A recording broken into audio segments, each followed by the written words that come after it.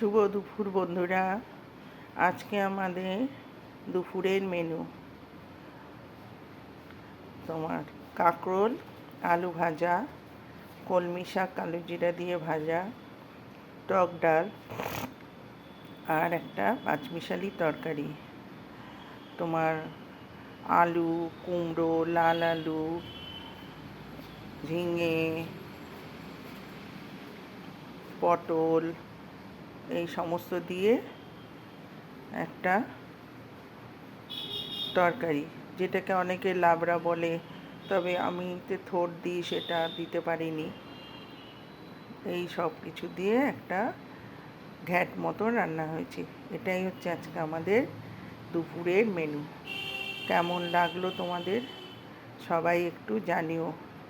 হ্যাঁ, এখন রাখি, তারপরে আবার দেখা হবে।